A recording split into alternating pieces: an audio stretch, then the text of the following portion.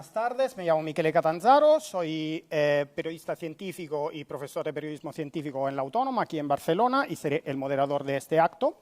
Rápidamente daré la palabra al coordinador del ciclo y a los ponentes, sobre todo, pero antes quería solo romper el hielo, y ahora que está empezando a entrar más gente, con un pequeño experimento mental, ¿ok? Es decir, imaginemos que ahora yo salgo de aquí del Palau Macaya y empiezo a preguntar a la gente en la calle, si te digo ciencias de la salud, ciencia biomédica, ¿qué se te ocurre, no?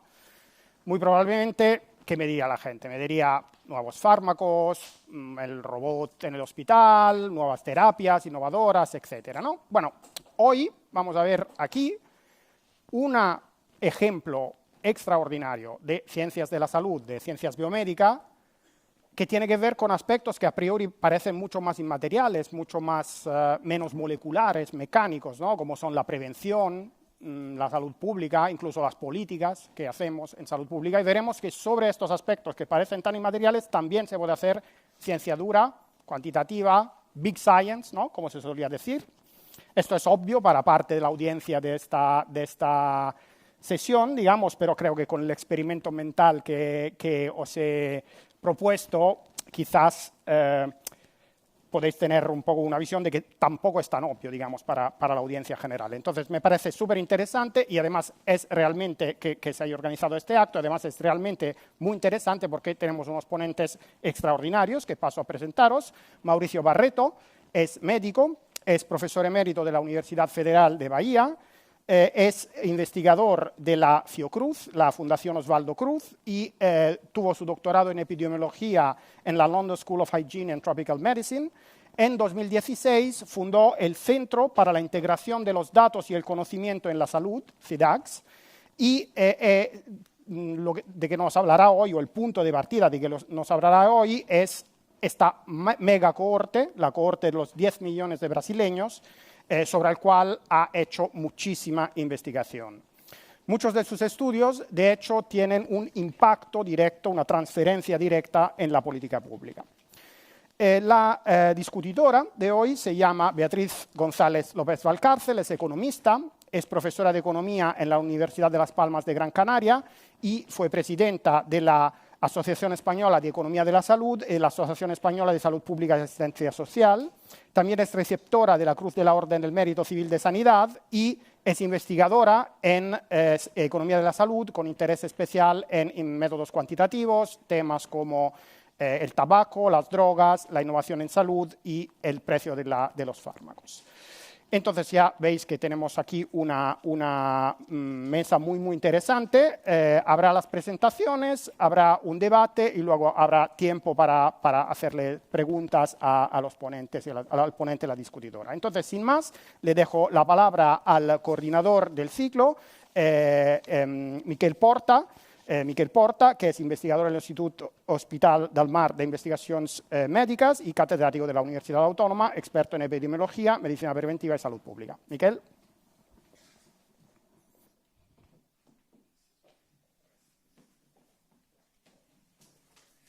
Bona tarda a tothom. Boa tarde.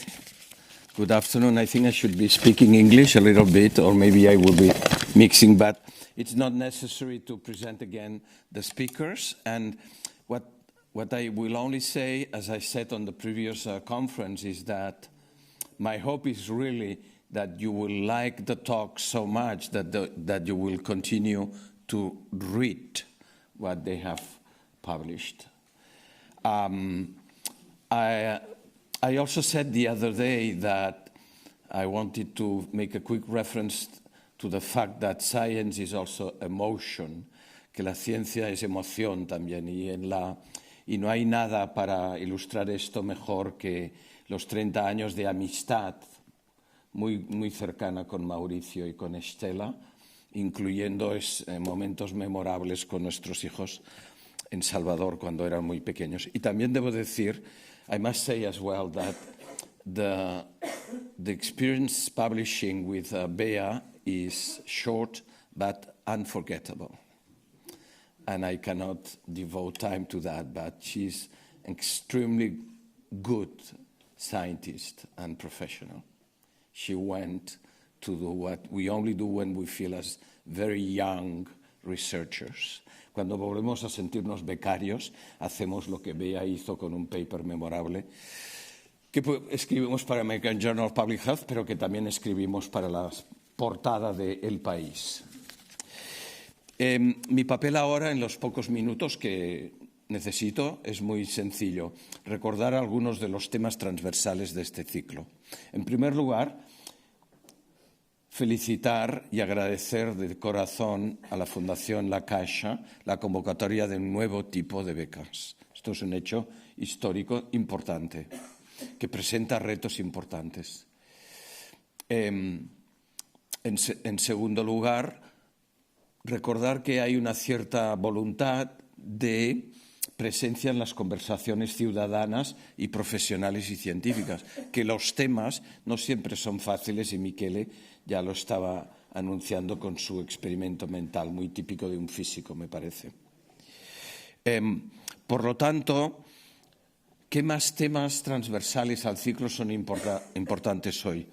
Bueno, el plantear esta dialéctica tan típica de las sociedades contemporáneas, tan sistémicas, tan interdependientes entre individuo, que puede ser un miembro de una cohorte, individuo, familia, las organizaciones ciudadanas, las instituciones y las empresas de una ciudad, de una sociedad. Esto creo que quedará muy claro con las presentaciones que he visto en PowerPoint de Mauricio y de Bea.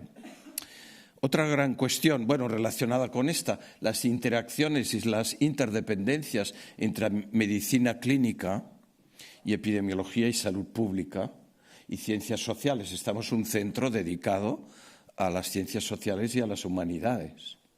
Otra característica de esta fundación y de este Palau Macaya que nos está acogiendo también, y muchas gracias también a Pepe en este sentido. Y finalmente, temas transversales. Hablamos mucho de data science, hablamos mucho de ciencia de datos. Miguel Hernán el otro día lo hizo y hoy Mauricio Bea se referirán a esto. Desde una perspectiva que quizá no es muy frecuente. ¿Vale? Creo que os interesará. Hablamos de nuevos métodos de investigación, hablamos de la necesidad de que los datos no vayan solos, sino que los datos se analicen, se interpreten, se recojan en base a los últimos conocimientos sobre metodología de la investigación en ciencias de la salud. Un tema transversal importante. Y finalmente, hablamos de la evaluación de la efectividad, tanto de las intervenciones clínicas como de las intervenciones sociales. Hablamos de medir la efectividad de las pruebas diagnósticas, un tema que mañana Xavier y Carmen también tratarán, y otros talleres próximamente, la efectividad de las intervenciones clínicas y también el impacto poblacional. Y cuando Michele plantee las preguntas que he visto que han ido trabajando con Bea y Mauricio, yo pienso que veréis, ya iréis viendo que todo esto encaja y tiene sentido, y espero que sea estimulante y, como decía Michele, pues luego encantados de conocer vuestras preguntas.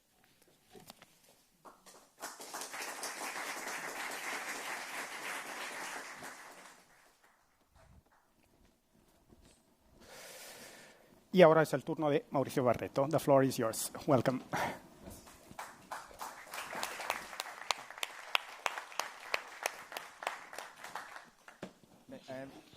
Eu gostaria de dizer que, infelizmente, tenho que falar em inglês because I don't speak Spanish. Yeah, I can. The option was speaking Portuguese or speaking English. Then some people decide that was better in English. I'm sorry about that.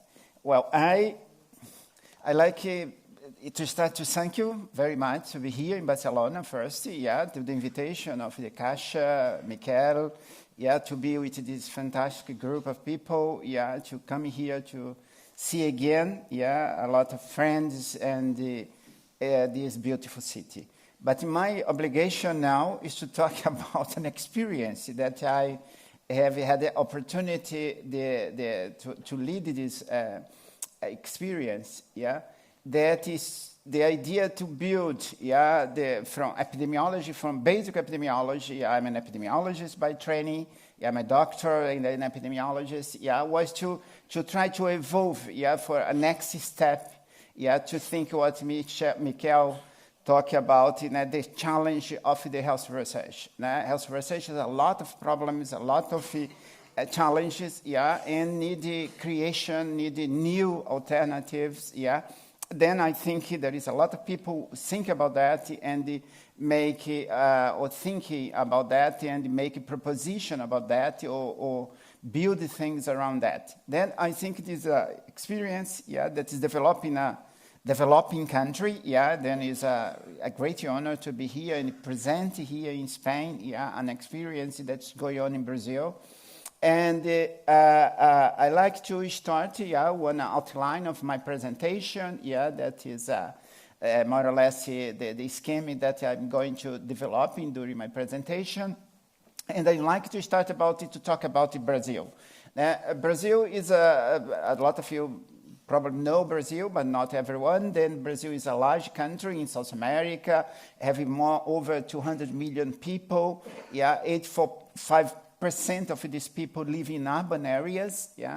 Is a federation, composed of 26 states, a federal district, and over 5,000 municipalities. Have a national health system. This is very important. Have a high level of social inequality, it's very unequal country, And also in this climate change moment, Brazil is a complex country, as a large country, it's different climate zones, And it houses 60% of the Amazon rainforest. That then is also a component very important when thinking about Brazil. I think I'd like to start and to say that health, Michael started to talk about that, is a complex phenomenon, it's not a not simple phenomenon, because this is very difficult to understand health, No one thinks that health is a simple question, It's a very complex phenomenon, being observed in two great perspectives, One that is the individual and the clinical perspective that is very important, to developing cure, treatment, therapeutics, And the other thing on a population perspective, that comes the public health, epidemiology, and the other science, that are important to that, At the population level, the health is related with a wide range of factors, Not only the genetic and the pathophysiological factors, that are involved in the individual health, but also on social and environmental, factors, that are a very important component, that epidemiologists and others, investigators in population health, try to do. But only to do this here to start really is the health condition of a population are expression of historical process and political, economic, cultural, social, and environmental contexts. To see how complex is when you study health and try to understand in historical perspective, and try to understand the situation and the problems of health of a given population, being in a poor country or in a rich country, is in both places a complex phenomenon. But I'd like to talk about methods also, how you investigate the health problem. Given this complexity, epidemiologists and the other scientists in this field, and the clinical science also, have developed what you call cohort study. Cohort study is a longitudinal process, because you have a very big difficulty, to separate the exposure to the outcome, This was a historical problem, in the investigation in health. And in some moment of the history, people start to think that there is one alternative to that, was to build a longitudinal investigation, that you can separate the exposure from the outcome, yeah? And with this, improve the capacity of analysis, yeah? In particular, when you have the opportunity to compare exposed population with not exposed population. This is a very broad concept, but that is used a lot, yeah? And is very much important, yeah, to the development of the population health investigation. But there is a advantage of this cohort studies, a lot of advantage, yeah. As I said, clarity of temporal sequence, a low calculation of incidence, yeah, that is new factors that happen, yeah, new events that happen in the population, yeah, facilitate study of high exposures, yeah, a low examination of multiple effects, and avoid the selection bias at the start, yeah, of the investigation. But you have a lot of advantage also. You may have to follow a large number of subjects for a long time. They are not good for study rare disease, yeah. They are not good for disease with a long latency period. Yeah, differential loss of follow-up, yeah, introduce bias, yeah, that's a very complex problem and sometimes, yeah, make the investigator to do big errors in their analysis, yeah, and they can be very expensive and time-consuming. Yeah, and in this field, yeah, that I would like to start what you are doing, you know? In general, you use data in every study, every cohort study. The bases are data that come from individuals, and this data in general are produced, yeah, by the investigator, and extract this data from the population. Yeah, an action of the investigative group, yeah, to collect this data, be in a experimental fashion or in a more traditional observation fashion that is in the cohort studies. But you can also use, yeah, this idea we have been developing for some time, yeah, data that exists, yeah, we produce a huge amount of data nowadays, yeah, from different sources, different things, yeah, during our life course, yeah, since you are born until die, yeah, there is a lot of register of our life, yeah. Then in great part, this is a longitudinal process that are registered in different moments, yeah. In a theoretical basis, you put this data together, yeah, you build a longitudinal process. Was this idea that make a possibility to build and to use routine data, yeah, to substitute the normal research, the normal data collected, tradition to collect data for research, and to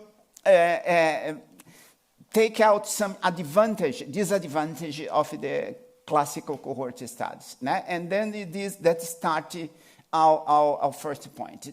First, that in the routine, in our normal life, yeah, you are each time more producing data, and this data is digitalized, grand part of this data.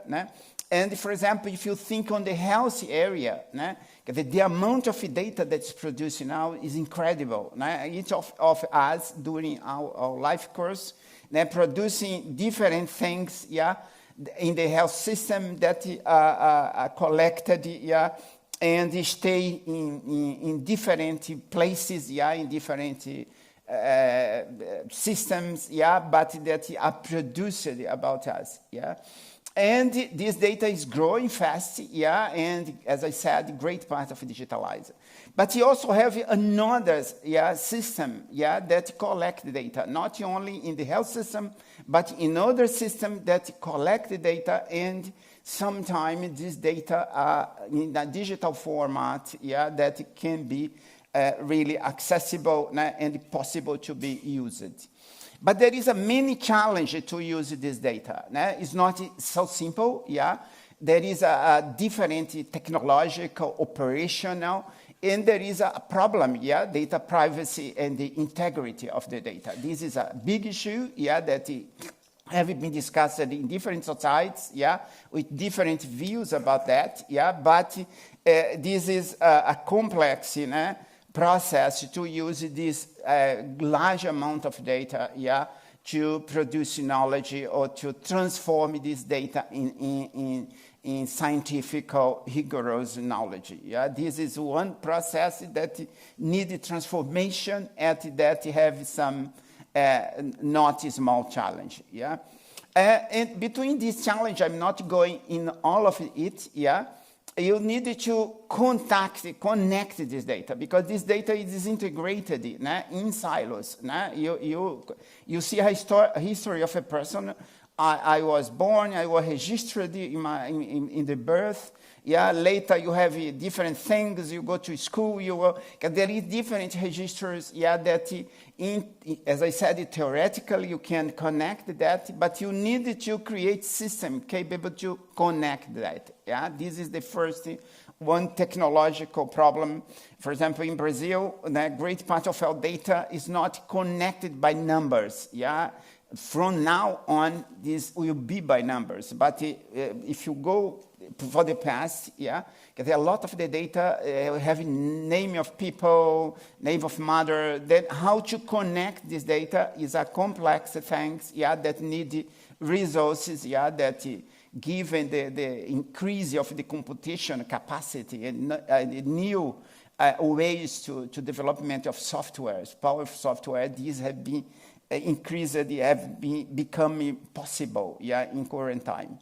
You need a lot of computational resources, because the amount of data is very big, in the normal health research, our data is very restricted in general.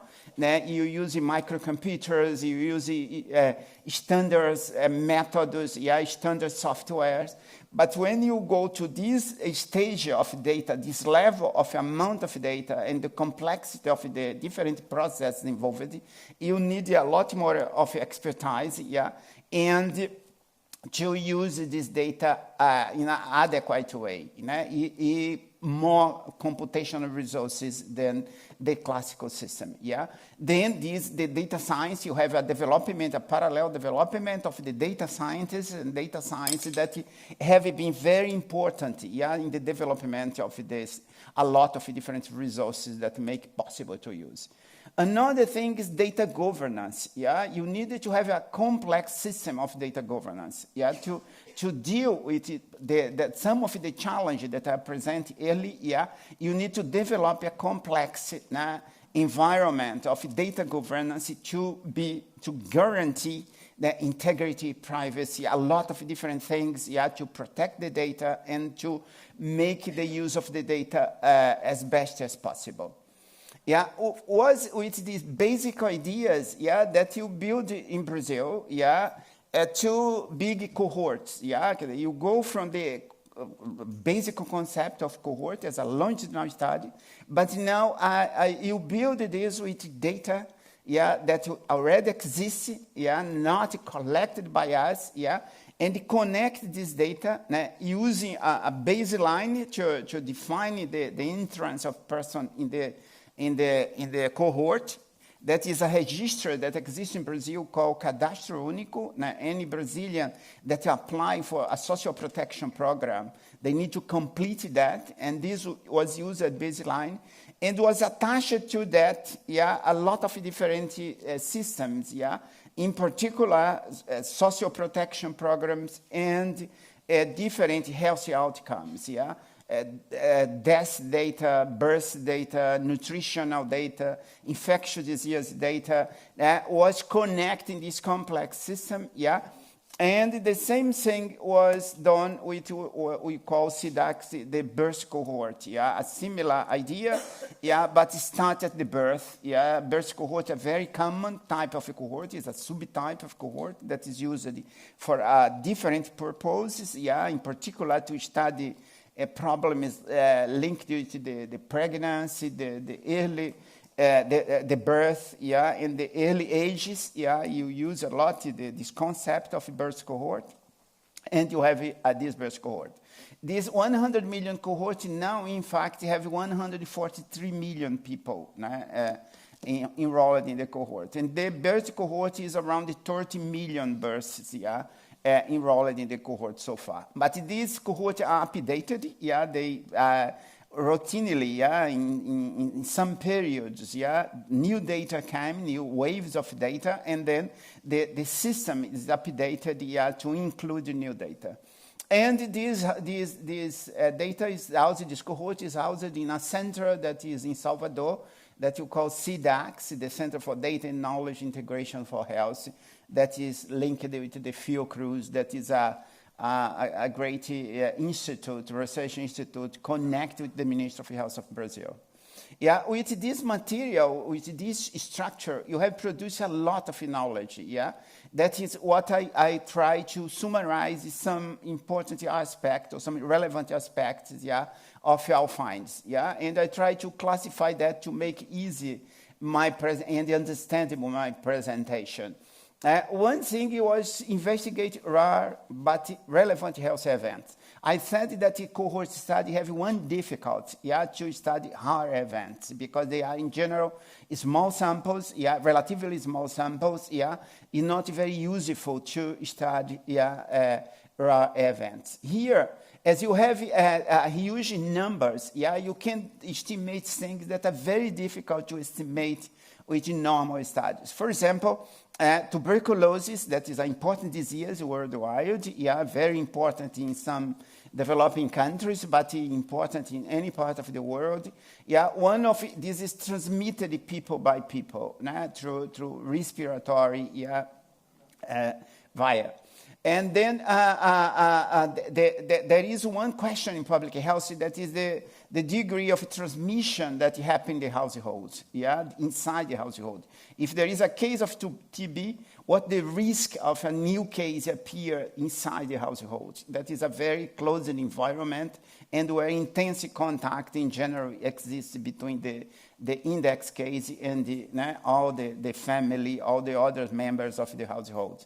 And it was possible to estimate with great precision that nowadays in Brazil, the incidence of inside the households that have one case of TB is 16 times higher the mean of transmission of tuberculosis in the population. And if you go to children under 5 years, this transmission go to 60 times higher. This was only possible, this estimation, because you use this huge amount of data that give power, sufficient power to make this kind of estimation. Something similar, people's work, there is a group work with mental health, suicide problems in our data, And this is interesting because there is a lot of problem involved in suicide occurrence. But one thing that called the attention of investigators, is how when happen a case in the household, how the risk of a new case of suicide happen, in the same household. And it was possible here to estimate that is over 4 times higher, the risk of a new case of suicide occur in a household that a previous case of suicide occurred before.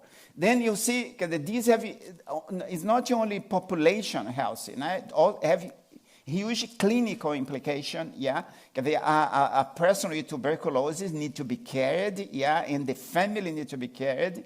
A family that had a case of suicide, the family need to be cared because there is a high risk, of occurrence of a posterior case, The same thing with disease, other disease. I have a huge number of examples. I'm going to give some, Chikungunya is an infection, that is spread quickly, Is already cases in Europe have been occurring, There is a lot of cases in Brazil. It's an infectious disease transmitted by a mosquito, And there was the clinicals in general understood the chikungunya as a problem that was a clinical problem that happened during the acute phases, yeah. And later, there was risk of pains and symptoms, yeah. But with this study, was possible to show that the mortality, yeah, of a chikungunya case is very high, and this go until at least 3 months after the start of the acute phase of the disease. And then this was not visible in the clinical setting, yeah, because it's not possible for the clinician to see that, yeah. But this study give a contribution on that, yeah, and increased also the risk of death, yeah, for people with diabetes, ischemic heart disease, etc. Yeah, there is a lot of risk of perinatal outcomes, yeah, in this infection, like chikungunya, dengue, that is very common in Brazil, yeah. There is a huge risk, yeah, of the child, yeah, have problems at birth, yeah, given associated with this disease.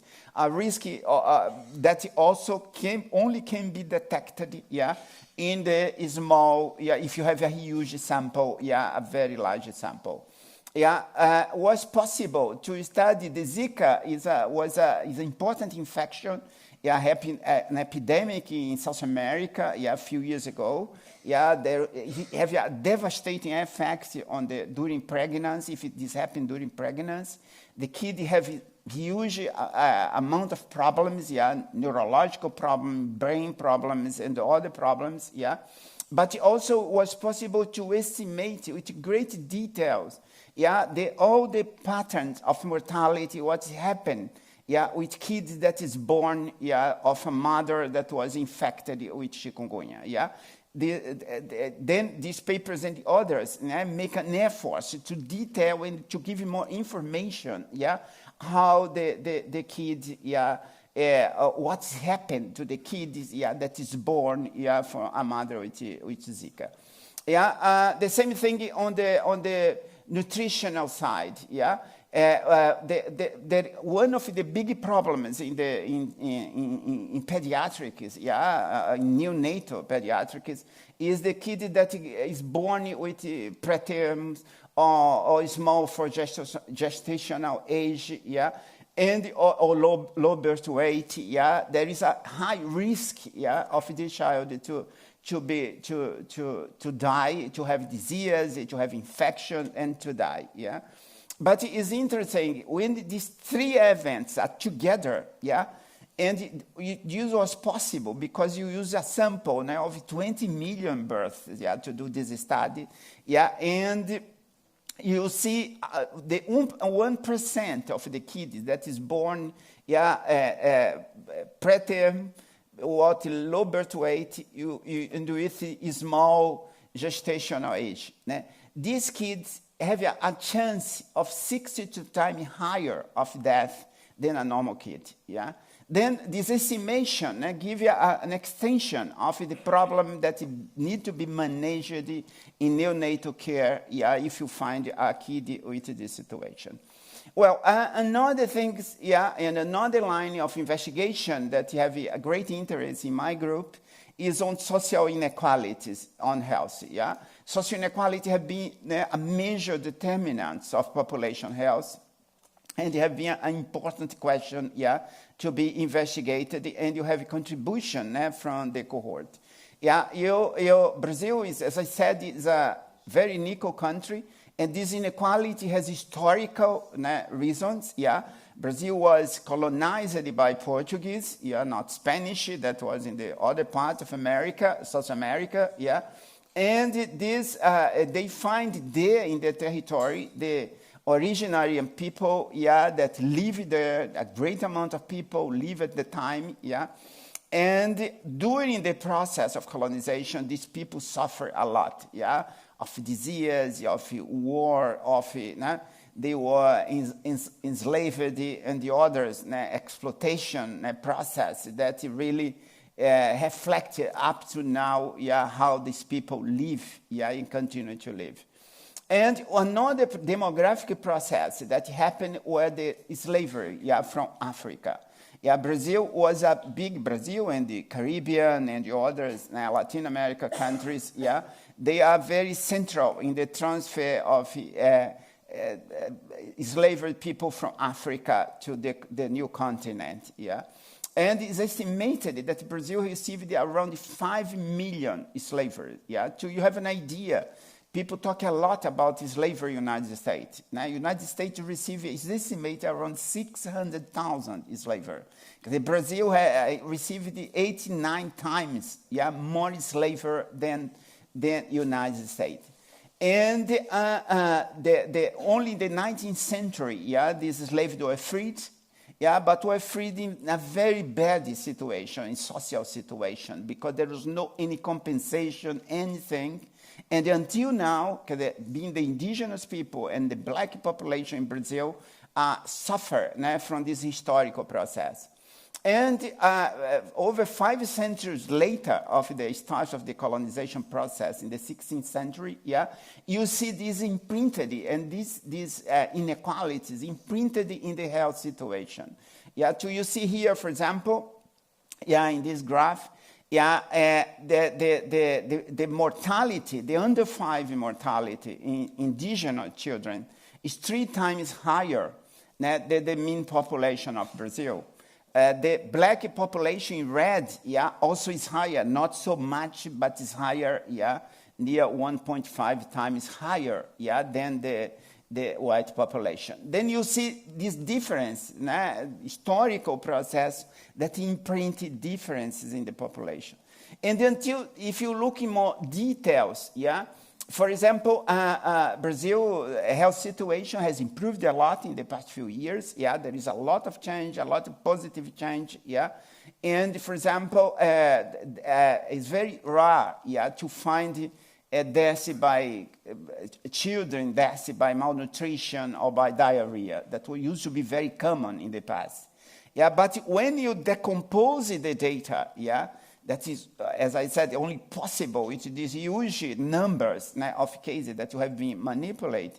You see that among indigenous, they have 16 times higher deaths of malnutrition and 14 times higher risk of death from diarrhea. Then you see this inequality is not visible in the normal statistics, because the indigenous population is around 1% of the population of Brazil. And when the global statistic, how death by malnutrition is very low, this is diluted in this data. Only when it's possible to decompose the data, that you can see in great details, the magnitude of the effect. The same thing in nutrition. Here is a showing that indigenous children have 3.3 centimeters less than our white nutrition nowadays in Brazil. And other areas, even cancer, cervical cancer mortality is higher among the indigenous women than others population. But I'll go beyond that, that there is a great interest. I think the past debate here was about intervention and evaluation. The other question, you have been using the cohort to explore one important question that, as I said, inequality, poverty, are important determinants of health. But in general, a great part of the investigation in this area is done using observational study. That this has been a question that is put in for some, that these are not sufficiently strong to prove causal effect. Then you try to use this cohort and use the data that you have in great details about some social protection programs, to evaluate the impact of this intervention, on health. Social policies that everyone know, every country in the world has social policies, but there is one specific type of social policy that's called cash transfer program. Is a program that the state transfer money to the poor or extremely poor people. You register, you are candidate to that, and if you are demonstrating that you have some level of income, of family income, you are candidate to receive a certain amount, not so much, but a certain amount of money. Then it's possible to measure it in great detail, the amount of money that is transferred to the people, and then this creates a great opportunity to investigate how a program like that, that have the objective to reduce poverty and inequalities, how this affects on health, And then I'm showing here in summary, you have a lot of studies about that, nowadays, you have really a very important group of studies, showing effect of Bolsa Familia program, that is the cash transfer, on different outcomes, like undernutrition, by 70% reduction, of this, preterm births, 30% reduction, low birth weight, 11% reduction, leprosy, that's that common in Brazil, an increase in 26% cure rate, leprosy incidence reduced by 14%, HIV/AIDS, reduced by 41% incidence, cardiovascular disease mortality by 4%, under mortality under 5, 17%, maternal mortality reduced by 18%, and also in the mental area, they reduce suicide by over 50%, It's really like a vaccine, hospitalization by substance use, by 70%, and mortality among patients with psychiatric disorder by 11%. All these, I present here a summary of material that are published in high-impact journals, can be reviewed, it can be discussed, it can be criticized, and can be thing, but really very compelling. The effect of intervention, that the first aim is to reduce poverty, how transformative it is from the health condition of the population of Brazil. It's really impressive. You are now trying to summarize this data to present it more clearly to politicians and people who take decisions. Some people have read that, but they don't yet, not all the time understand the so broad and large effect. I'm going to the end. In the last years, you've been involved in another things. With a grant from Wellcome Trust, was possible to build a climate data.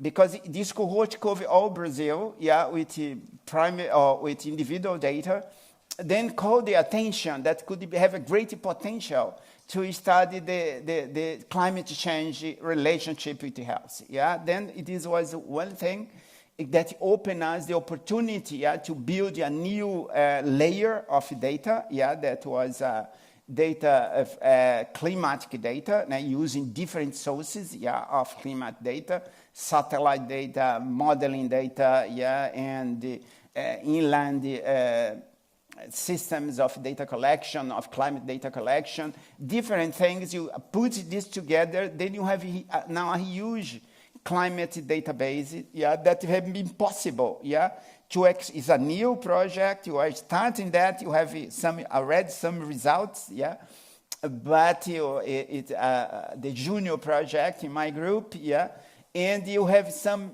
impressive effects because it's possible for us to decompose the effect. That is not possible using the normal data that people using in the climate research, that use aggregate data. They don't have possibility to decompose it by individual characteristics.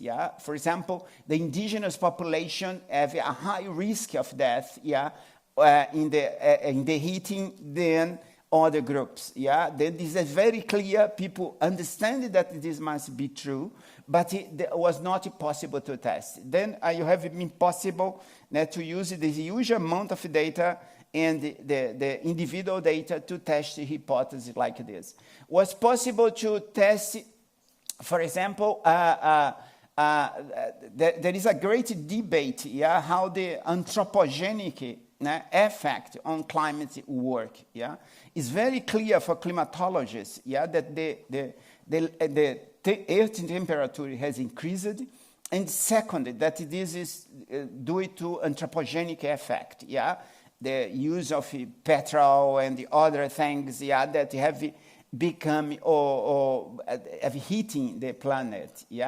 And then it's possible, you try an effort that is part of the recent investigation that is decomposing really how the component, the anthropogenic effect, is the effect on health, because you have an overall effect of climate, you know that climate have an effect on health, but be increased temperature, be extreme events, different types of extreme events like heat waves or floods or and other type of extreme events, and then decompose that it has been really a very mental and very critical problem for investigators in this field to decompose it to see. You have a preliminary studies, one study that is now submitted, that you try to decompose this the data in our cohort, and it's very clear using a complex modeling and the empirical data that near 1/4 of the deaths associated with heating are due to the anthropogenic effect.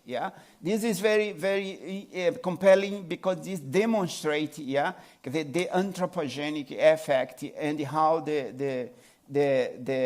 our action on the planet is contributed. Not only for the events, like increased temperature, but to our own survival, really affected the possibility of survival. These are other papers that have been published.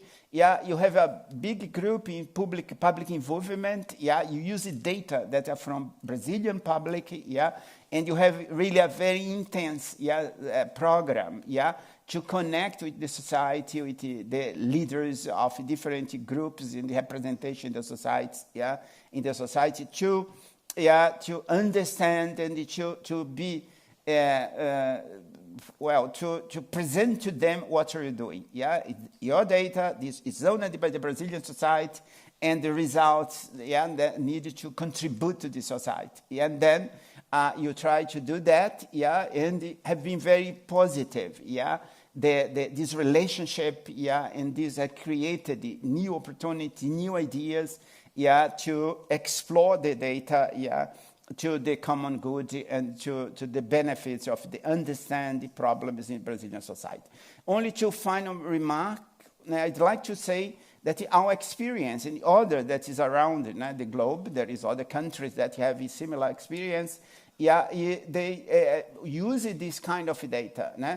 It's very important to produce evidence, including investigating relevant population and clinical health issues where traditional study lacks sufficient sample size, demonstrate the extensive health effect of poverty and social inequality, document the impact of population health condition of poverty reduction and the pro-equity policies.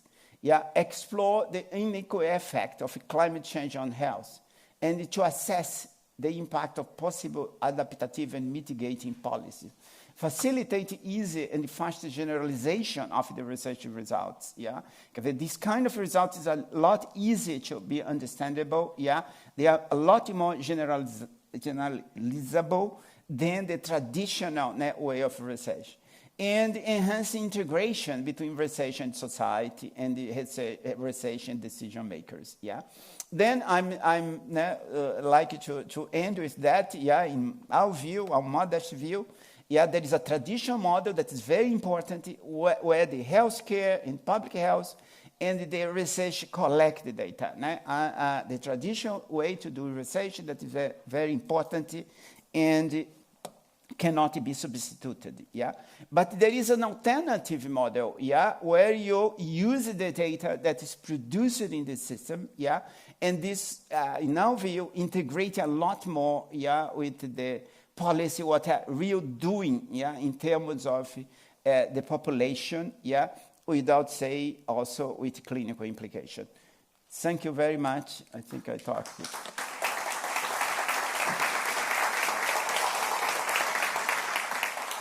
Eu sento aqui? No, puedes bajar.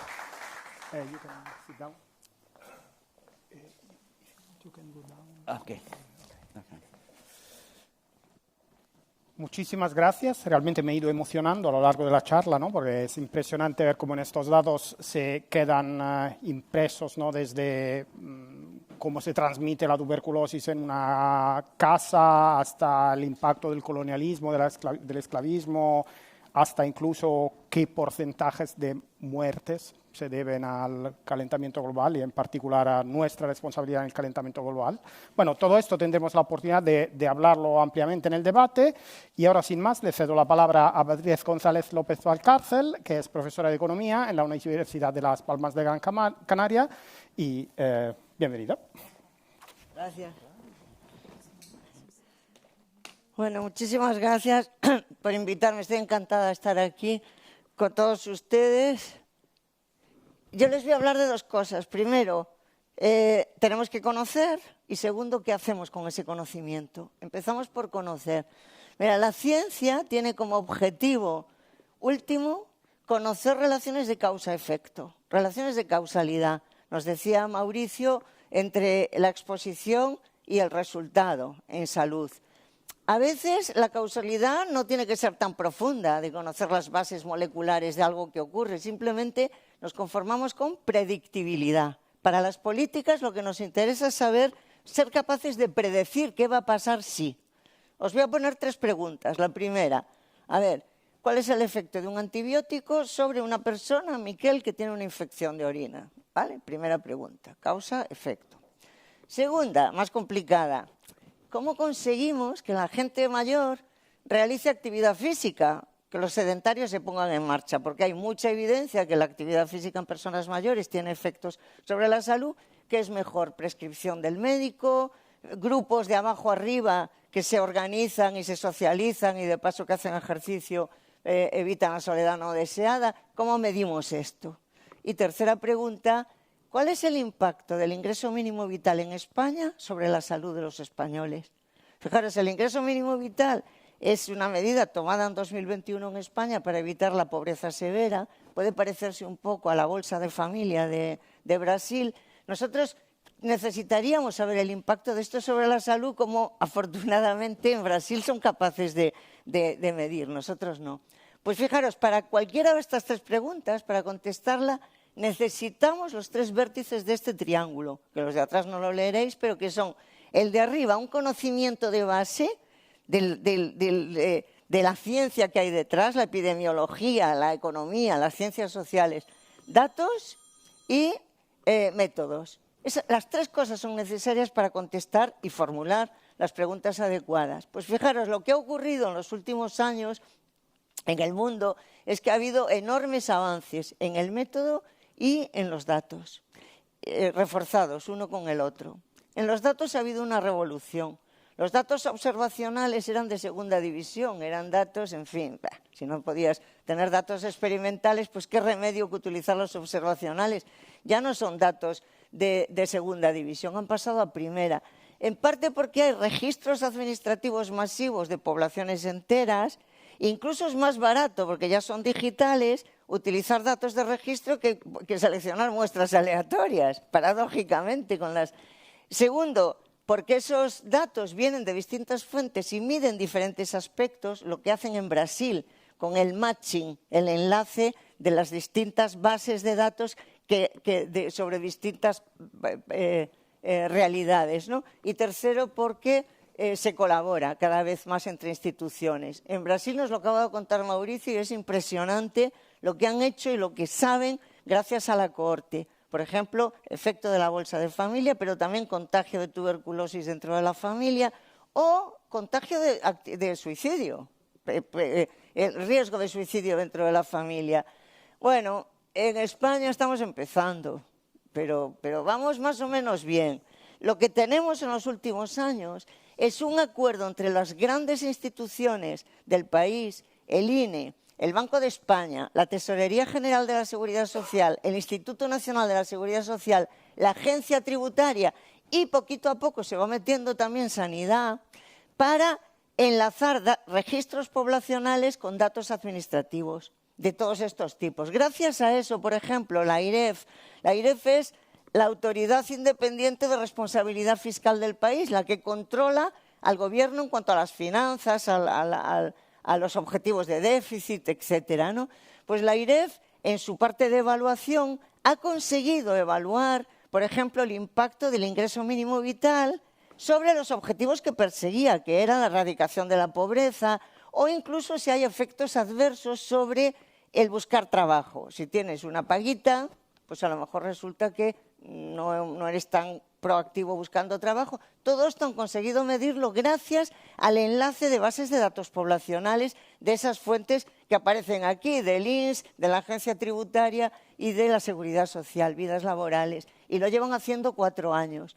La incapacidad laboral transitoria, que tiene un impacto económico enorme, pero también tiene impacto en salud. Esto también lo ha medido la AIREF y van a sacar ahora un informe sobre esto. O sea, estamos avanzando un poquito, pero estamos lejos de Brasil.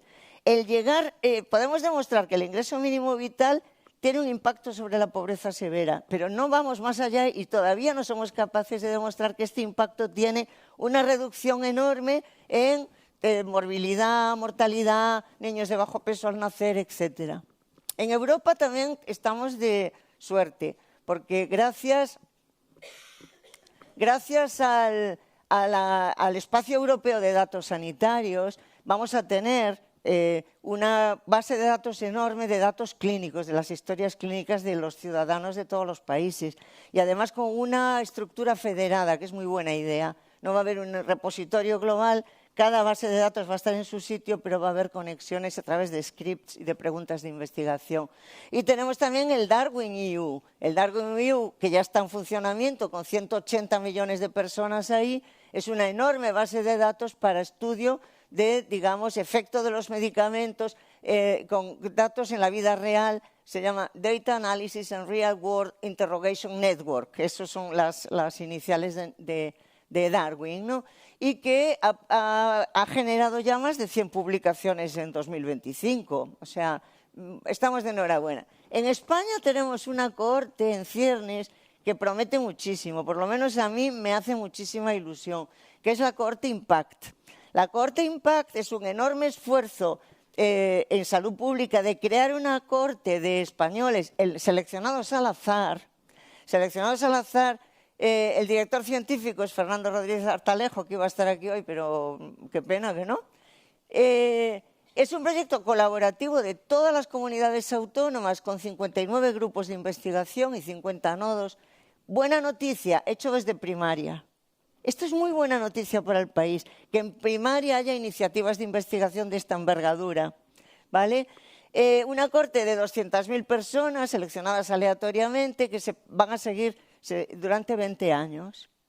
Hasta ahora, perfecto. De esas 200.000 va a haber 18.000 con el genoma completo secuenciado. Dices, qué bien.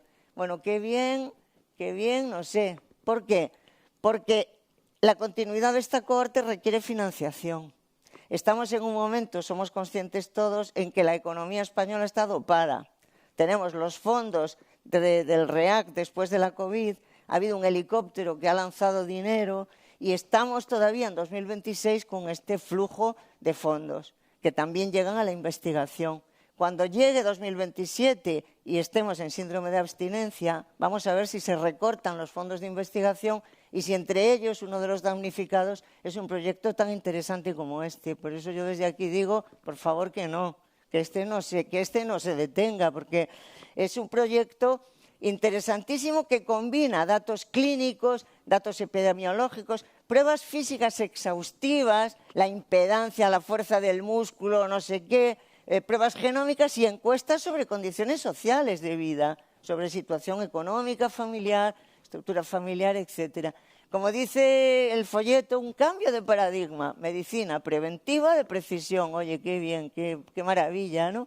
Y además es una corte que va a poder enlazarse a través de alianzas, lo que decíamos antes, con cohortes similares de otros países europeos y Estados Unidos. Pues va a haber en Francia 220.000, en Alemania 200.000, en el Reino Unido 500.000 personas en sus cohortes y vamos a poder hacer estudios transnacionales con datos en la vida real. Por tanto, datos observacionales ya no son de segunda división, han subido a primera y también ha habido paralelamente avances en el método científico, claro, porque para analizar, para interrogar a los datos hace falta un método.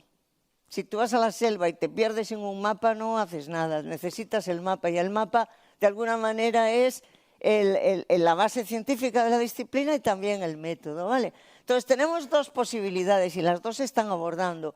Una, conseguir que los datos observacionales sean aptos para contestar preguntas sobre causalidad o predictibilidad, lo que hace la cohorte de Mauricio, lo que hacen los métodos cuasi experimentales que aprovechan variaciones exógenas de determinadas circunstancias, o los experimentos sociales.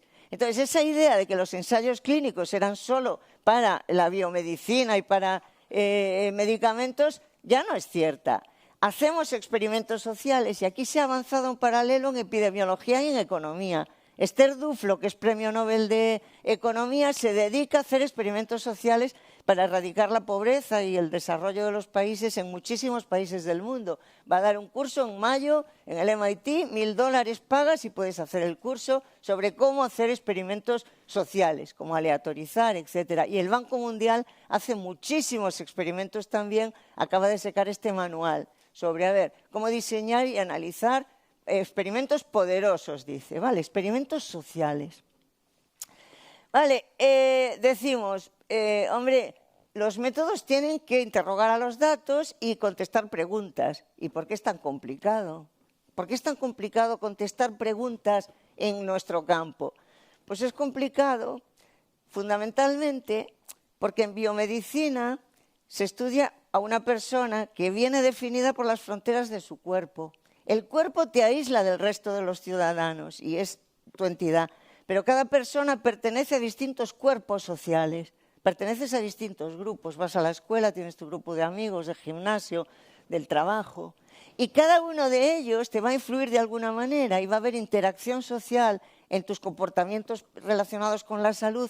Y cada uno podría ser, en principio, atribuible a uno de los grupos, de los cuerpos sociales a los que perteneces. Por eso es mucho más difícil examinar determinantes sociales de salud que examinar el efecto del antibiótico sobre el que tiene la infección de orina, ¿verdad?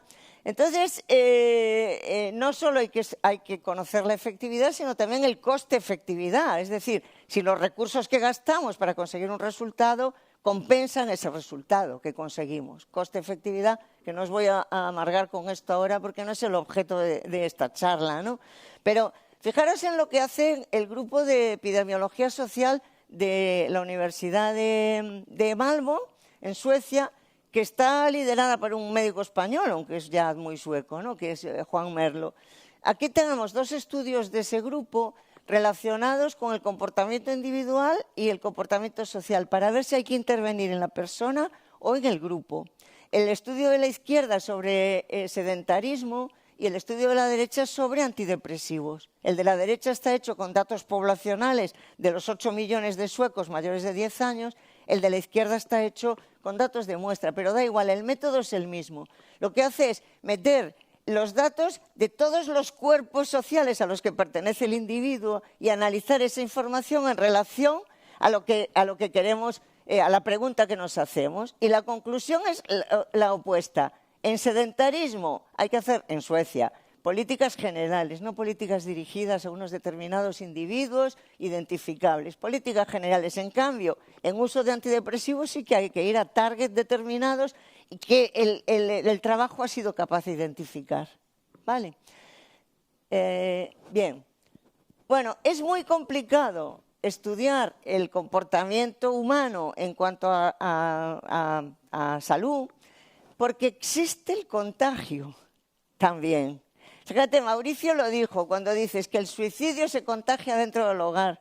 Si se suicida una persona en el hogar, es mucho más probable, el riesgo de que haya un segundo suicidio es mucho más alto que en hogares que no han tenido ninguno. La tuberculosis, claro que se contagia, ya se sabe, el bacilo de Koch, ¿no? Pero, entonces, este contagio humano, los peer effects se llama, el efecto de los compañeros de clase en los adolescentes, para iniciar relaciones sexuales precoces, para fumar, para iniciarse en las drogas ilegales, para lo que sea.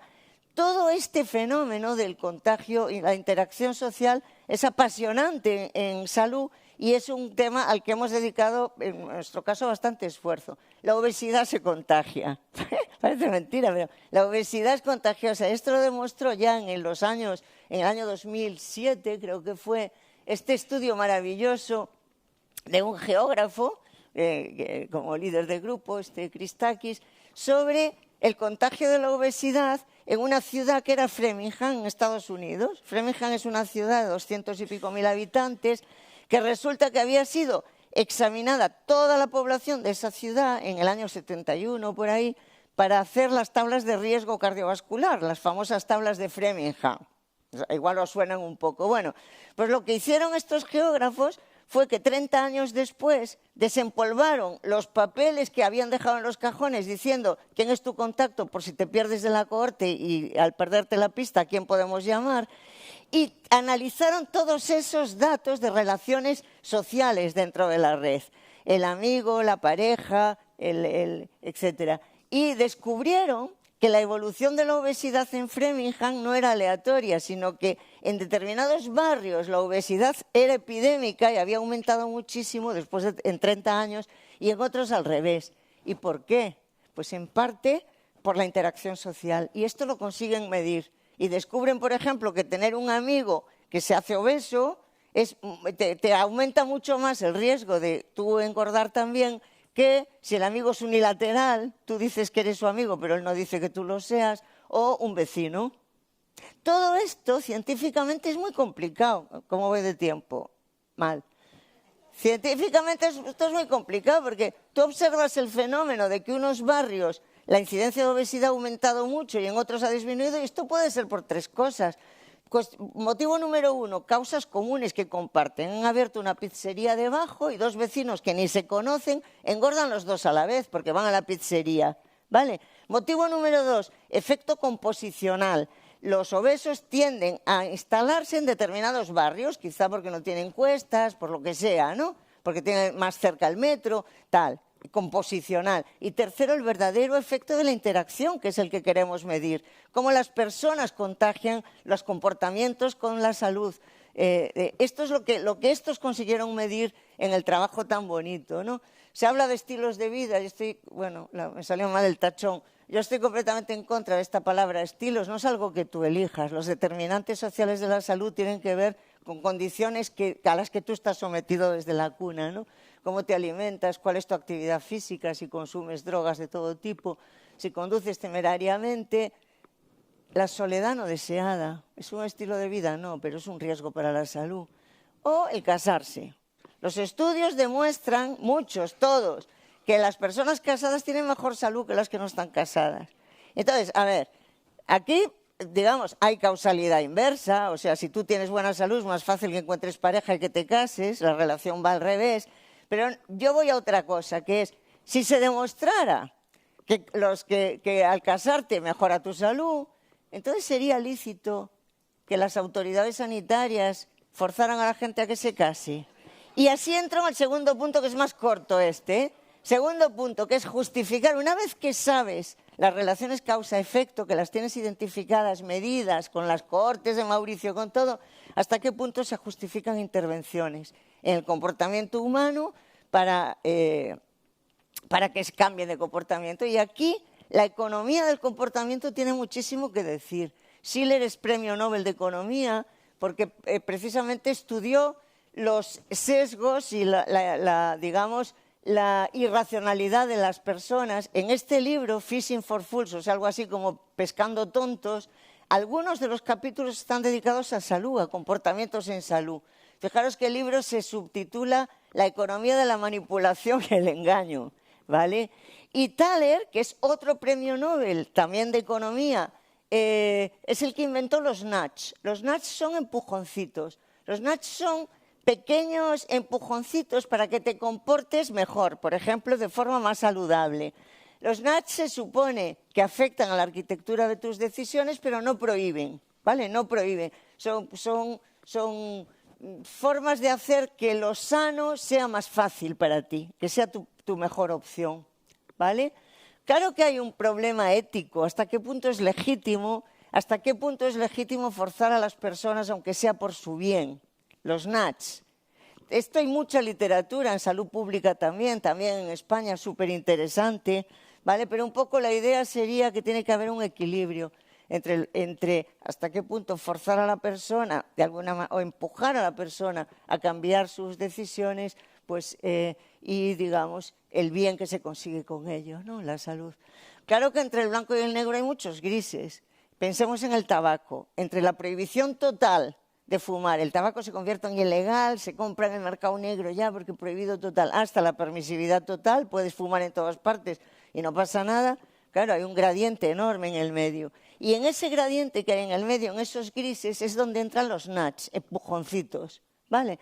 Empujoncitos que pueden ser muy, muy, muy efectivos en muchos casos, que de alguna manera reflejan un paternalismo libertario. Esto quiere decir, bueno, ya está.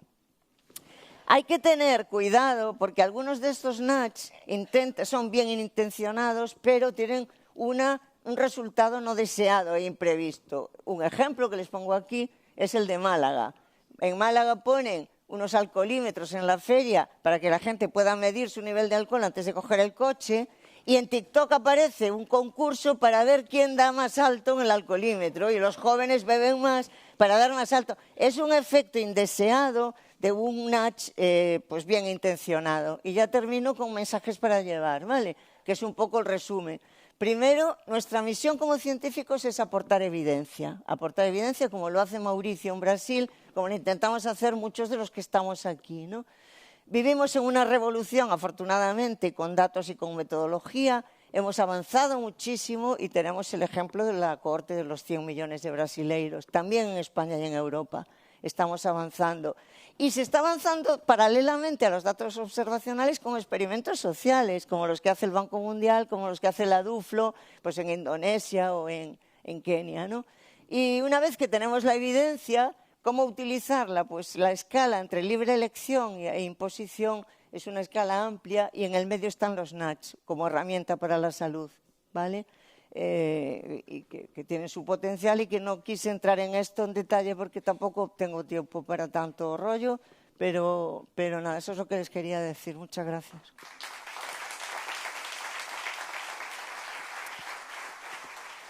Me pasé un minuto. Ya puedes sentarte.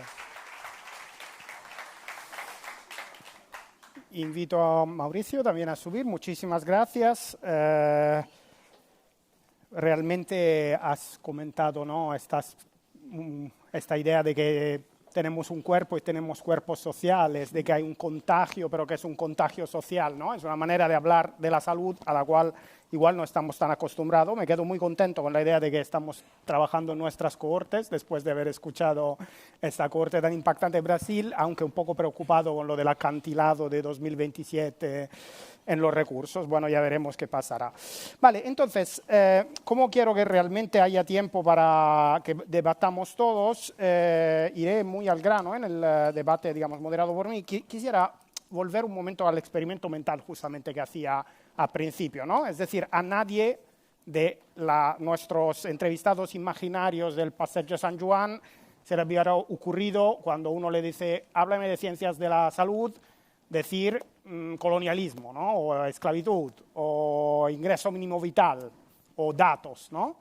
Entonces, mi primera pregunta era que, digamos, tengo la sensación que estamos muy dentro de un paradigma biomédico, de cuando se habla, ¿no?, de ciencias de la salud, realmente estamos hablando en moléculas, estamos pensando en moléculas, estamos pensando en terapias, medicamentos. ¿Qué es lo que nos perdemos?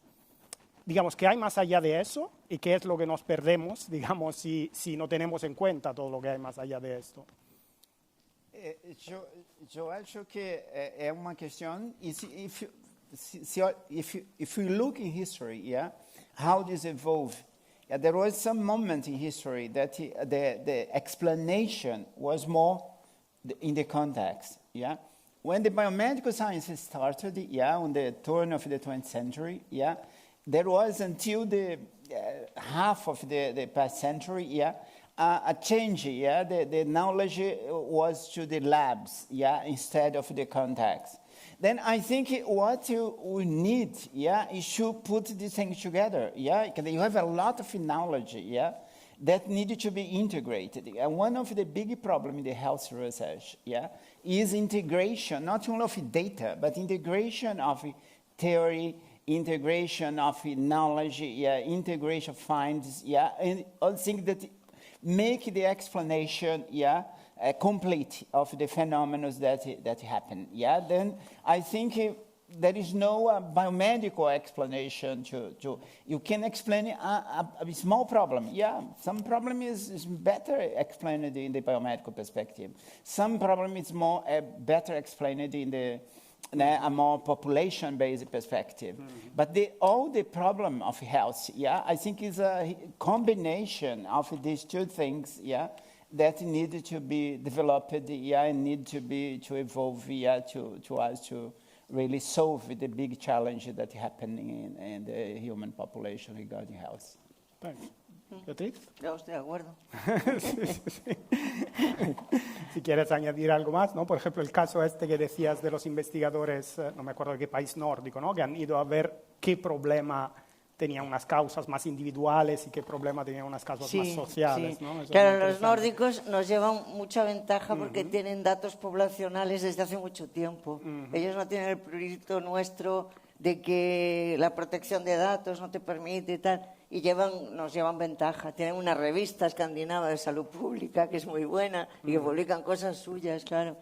Y efectivamente, ¿no? Lo que dice Mauricio, que para una pregunta de cómo reacciona tal parámetro clínico frente a tal inyección, sí que es el cuerpo individual y sí que es el modelo biomédico, pero para poco más. Para explicar la salud no funciona.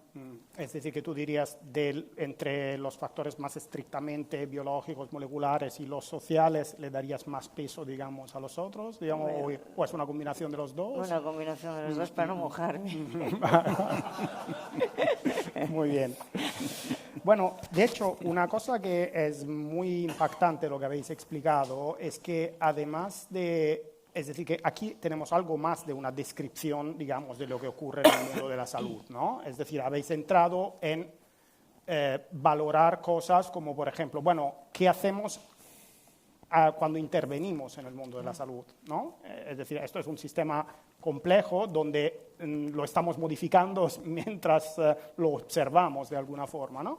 Entonces, me preguntaba esto, digamos, ¿realmente es posible hacer, ¿no? Es decir, hemos hablado, por ejemplo, de salud pública, pero hemos hablado incluso de nudges, ¿no? Es decir, unas intervenciones que no son tan explícitas como las políticas de salud pública. Entonces, ¿es posible hacer una ciencia de esto que parece tan inasible, ¿no? Tan difícil, digamos, una ciencia rigurosa que nos permita llegar a decir, no sé, esta intervención realmente, digamos, tiene un impacto en la salud? Yo estoy convencida de que sí, no solo que podemos explicar, sino que también podemos intervenir y saber el impacto de la intervención. Lo cierto es que el marketing nos lleva mucha ventaja, porque en marketing digital son capaces de ponerte los estímulos a los que tú vas a reaccionar, te ponen los anuncios, o sea, saben muchísimo más de ti como consumidor que lo que sabe el sistema sanitario de ti como paciente, porque tenemos un prurito en esto del uso de los datos y la manipulación y el nudge, pero de alguna manera pues sí que deberíamos pensar en salud pública, en aprender un poquito más de lo que hacen en marketing. Claro, claro. Yeah, I think that, look, for example, recently you had an epidemic of COVID, yeah? That was a huge surprise for everyone. The human, all the humanity stayed 2 years blocked. Yeah, that is completely unexpected. In the 21st century, this happened. Yeah, because it showed the fragility of the problem that you have. Yeah, And I think this is a lesson that needs to be learned, yeah, how to overcome these weaknesses, yeah. I think this for me is very much important, yeah.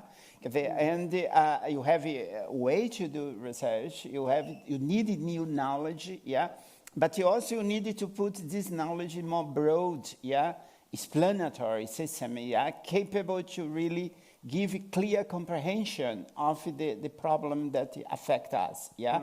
And also how to treat that, how to prevent that, how to act upon that, yeah?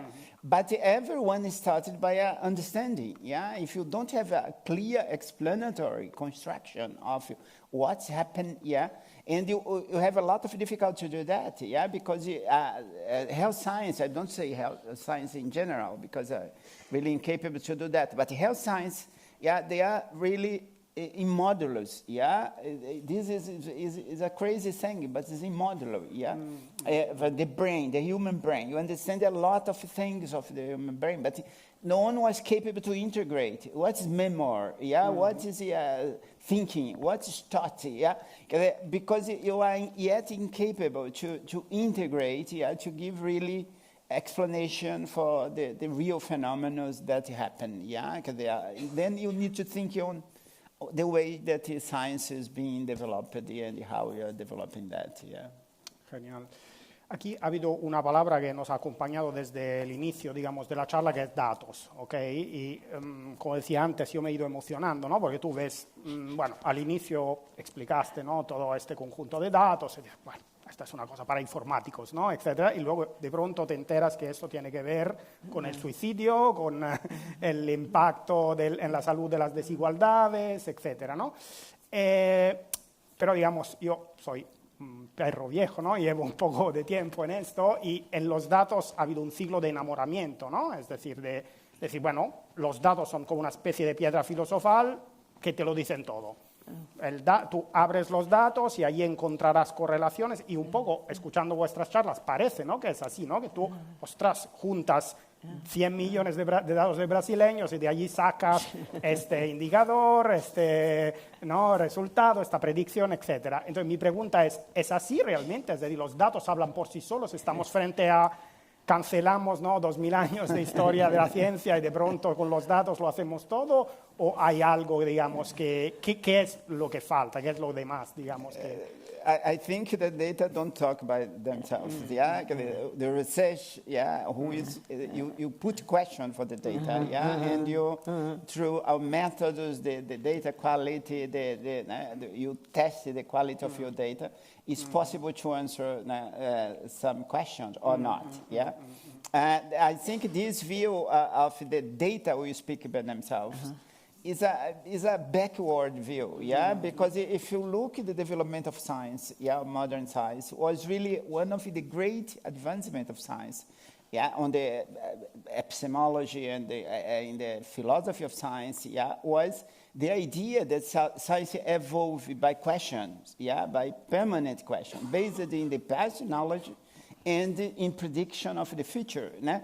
And this, I'm not heavy against anything AI or something, but AI, for example, that is the paradigm of the data, are not capable to do that yet. Yeah, maybe in the future, I don't know. I will not say that it will be impossible, but until now, this is a human capacity, yeah, to elaborate a question and to put a new question, to review the past critically and to put it forward, yeah, through hypotheses and that thing. I think it's how science has evolved, and I think now, in my practice at least, yeah, you use the data, you want data. Data is part of science, it's part of the method, yeah, but there is the researcher, there is the hypothesis, there is the problem, the scientific problem, yeah, that this join with high quality data, yeah, and the adequate methods, yeah, you evolve the knowledge, yeah, it's that.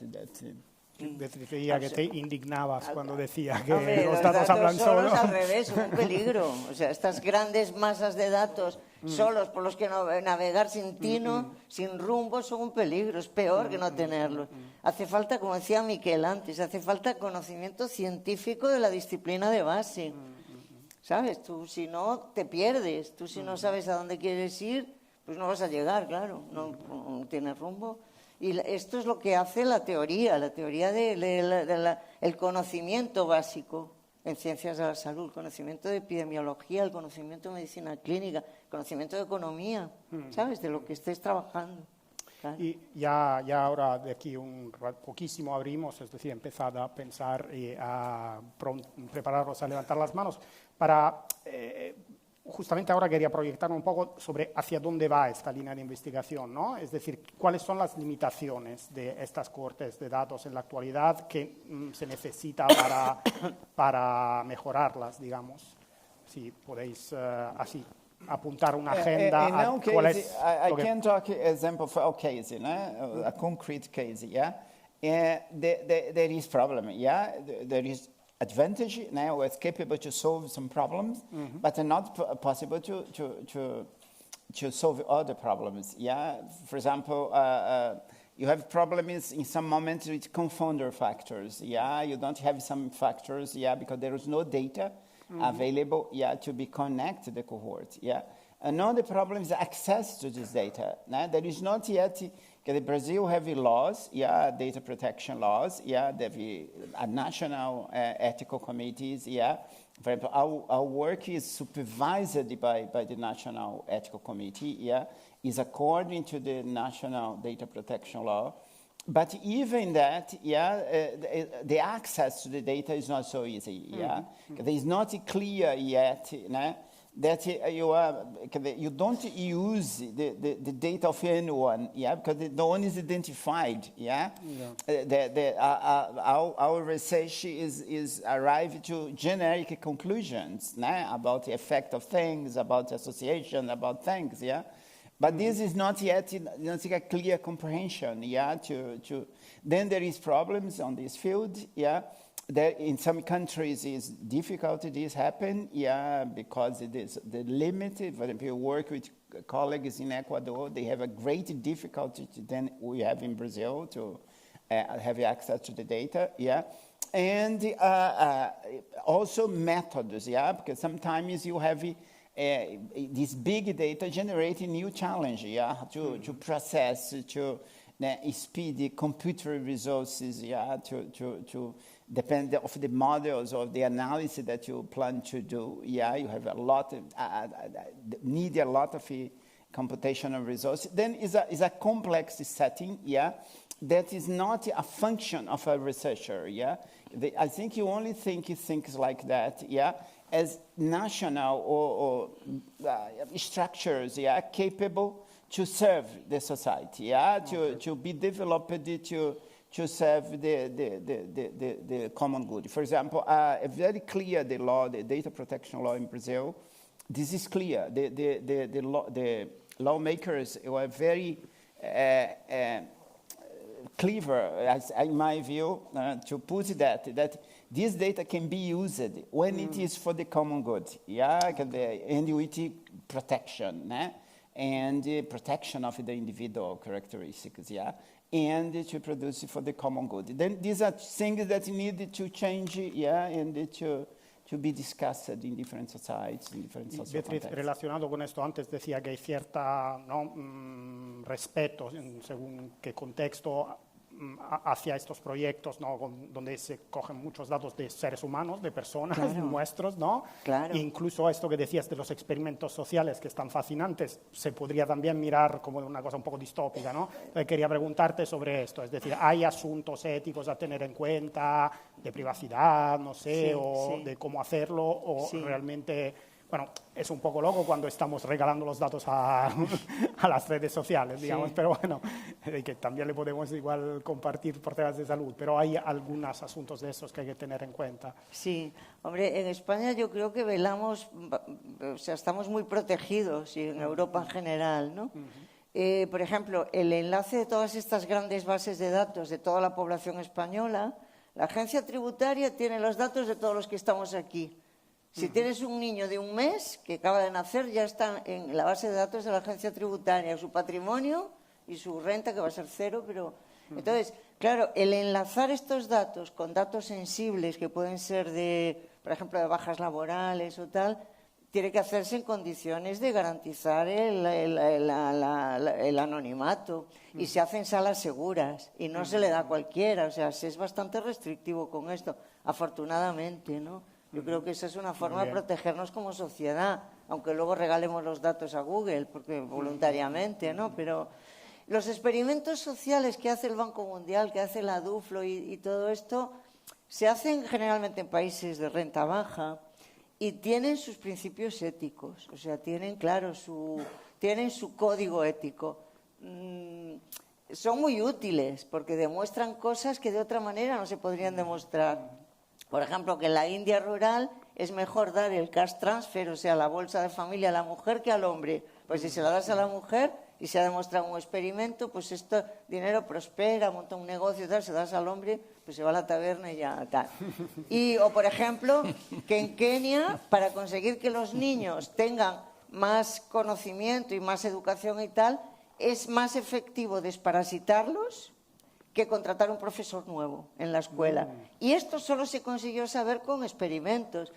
Son experimentos que, claro, tienen que tener cuidado con el diseño. Por eso el curso de la DUFLO y el manual del Banco Mundial tienen un capítulo de requisitos éticos, tal. Es lo que hay. In Brazil, the Bolsa Familia is given to the woman in the family. Yeah. Yeah. The money is given to the woman. Now, since they started over 20 years ago, is the woman is responsible to receive the money, to control. Muy bien, pues a la espera de saber el impacto de casarse, ¿no?, en la salud, abriría el turno de preguntas. Creo que hay unos micrófonos, entonces si alguien quiere levantar las manos... vale. Aquí hay una, ¿vale? Sí, bueno, primero, muchas gracias. ¿Alguien más quiere? ¿Sí? ¿Está? Sí. Bueno, primero, muchas gracias por las exposiciones. Yo quería hacer dos puntualizaciones muy breves y una pregunta. La primera puntualización tiene que ver con los datos. Los datos no son información. Para saber el significado de los datos hay que definir el dato e interpretarlo. Por lo tanto, un poco creo que es lo básico y esto tiene que ver en la interpretación con la calidad de los datos que van a tener repercusión en todas las consecuencias, las conclusiones que saquemos. Primera puntualización. Segunda puntualización. La salud... si vamos a la definición canónica de la OMS, que tiene muchas críticas, pero habla de dimensión somática, dimensión psíquica y dimensión social, que coinciden con las dimensiones de la naturaleza humana y que son interdependientes, no van por su lado, de manera que la salud depende de estas tres escenarios y esas tres dimensiones, por lo cual el planteamiento clínico biológico es insuficiente. ¿Y la pregunta? Y ahora la pregunta. Precisamente, Bea ha puesto el ejemplo de Christakis con la obesidad. Hay otro después con el tabaquismo, con dejar el tabaquismo. Sí. Y eso tiene que ver con algo que a mí es la pregunta, ¿cuáles son las posibilidades de utilizar estas grandes bases de datos y este planteamiento para evaluar la eficacia, la efectividad y la seguridad de las intervenciones médicas? Que creo que se podrían aprovechar, pero no sé si les veis realmente posibilidades. Gracias. Ese es el objetivo del Darwin EU, O sea, el Darwin EU, que es una gran base de datos en la vida real de europeos, permite el estudiar este tipo de cosas, ¿sabes? Eventos adversos infrecuentes, relaciones causa-efecto de bajísima incidencia, todo esto. Si tienes 180 millones de europeos en la base, vas a tener la suerte de poder hacerlo. Hola, buenas tardes. Javi Creus. Me ha parecido interesantísima estas presentaciones y tenía dos cuestiones que me gustaría compartir. La primera es, ¿cuál es el rol de los ciudadanos? Aquí estamos hablando de datos que han sido capturados de los ciudadanos, básicamente por instituciones públicas, ¿no? Y estos mismos datos, si hubiera la complicidad de los ciudadanos, en el marco europeo, por ejemplo, es el ciudadano el que tiene mucha facilidad en darte permiso para que tomes mis datos de aquí y también de allá. No solo, es el pegamento de verdad de los datos al final, ¿no? Por un lado, y por otro lado, con la complicidad de los ciudadanos hay un factor del que habláis, que es el comportamiento, que queda recogido en nuestros móviles. Podemos no preguntar cuánto caminas cada día, sino saber cuántos pasos ha caminado cada día. Podemos no preguntar cómo duermes, sino saber cuánto ha dormido. Y así tantas otras cosas, ¿no? Entonces, ¿cuál es el rol de los ciudadanos en este nuevo pacto social de los datos por el bien común? ¿Cómo lo veis? So, he's asking about the role of citizens in participating in the building of these big databases. What I'm saying is that if citizens were part of this equation on data, on the one hand, it would be much easier to link databases, because with citizens' permission, you can do that. We are sovereign on our data, at least in Europe, on the one hand. On the other hand, you would have real-world data. How much do I walk? How much do I sleep? If I have a pulse, what's my heartbeat, or whatever. So what's the role Papel of de los citizens? ciudadanos y papel de los datos móviles en particular. I don't have experience with mobile data, yeah? Anyone, you only work with classical registers, yeah? Then there is no this experience in our cohort. But about the public, you understand, as I said in my talk, yeah, this data is owned by the Brazilian society, no? It's not from the government, yeah? Because the government sometimes think the data is the owner of the data. This is owned by the society. But what is the society to do that?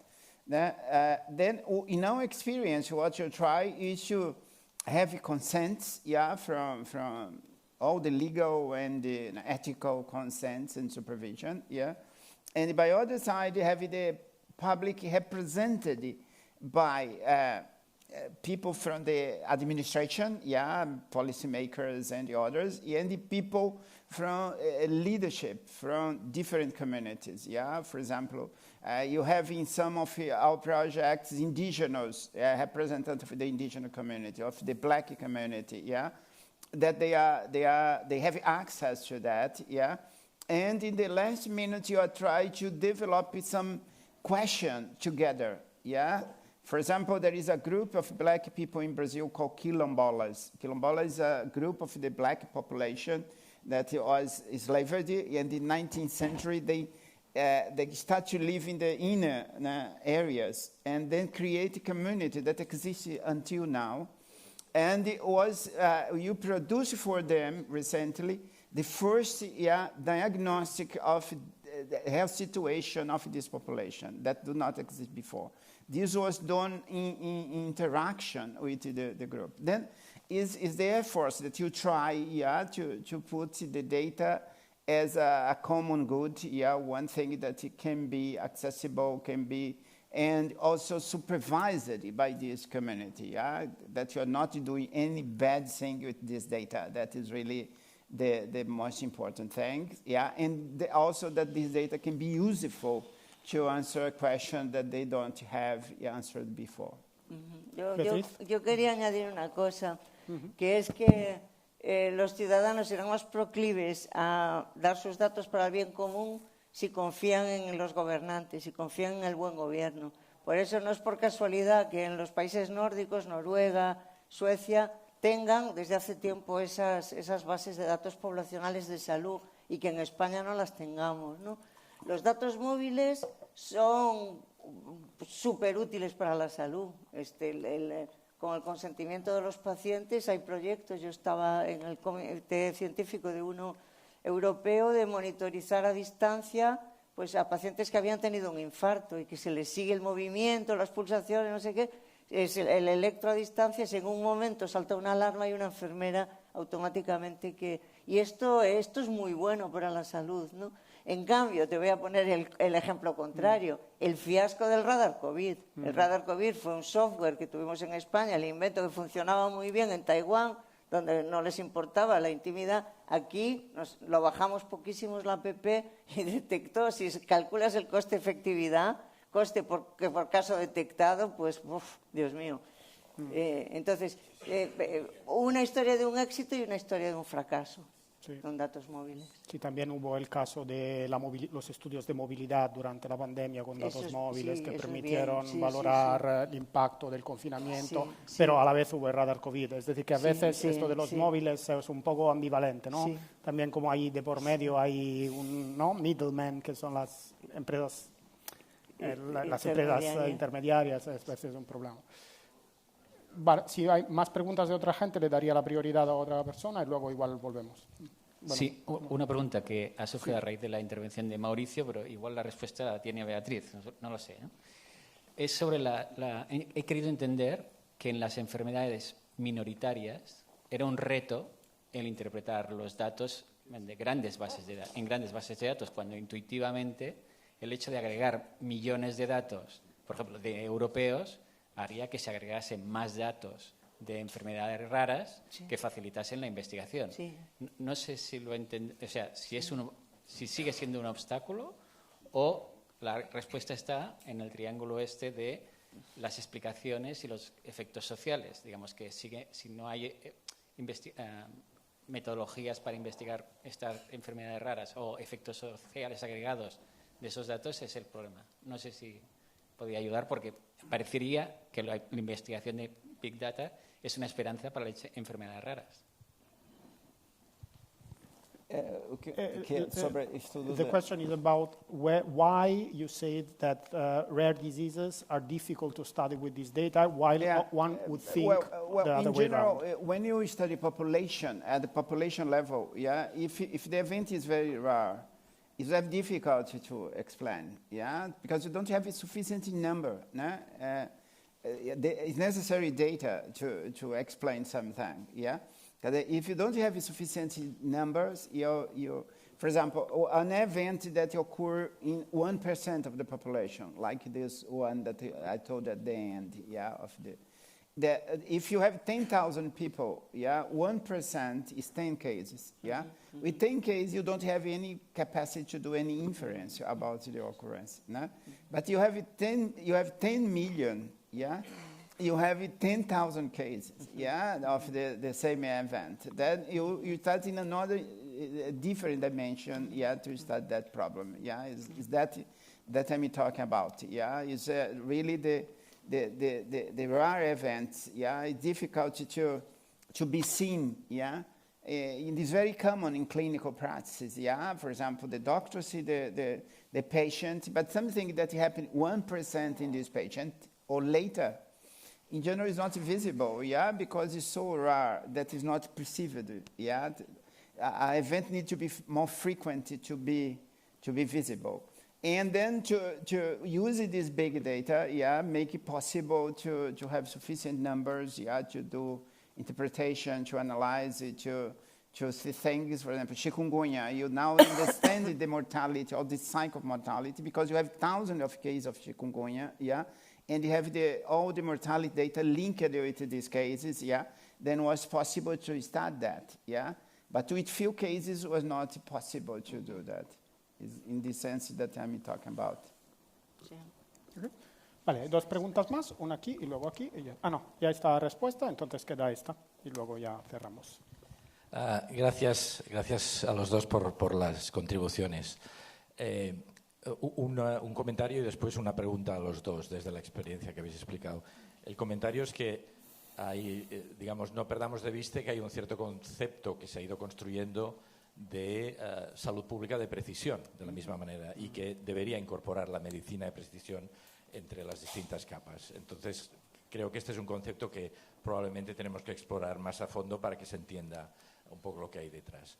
My question, maybe I can ask in English, my question is that we are facing now a little bit an intersection between the traditional cohort studies, which have definitely sustainability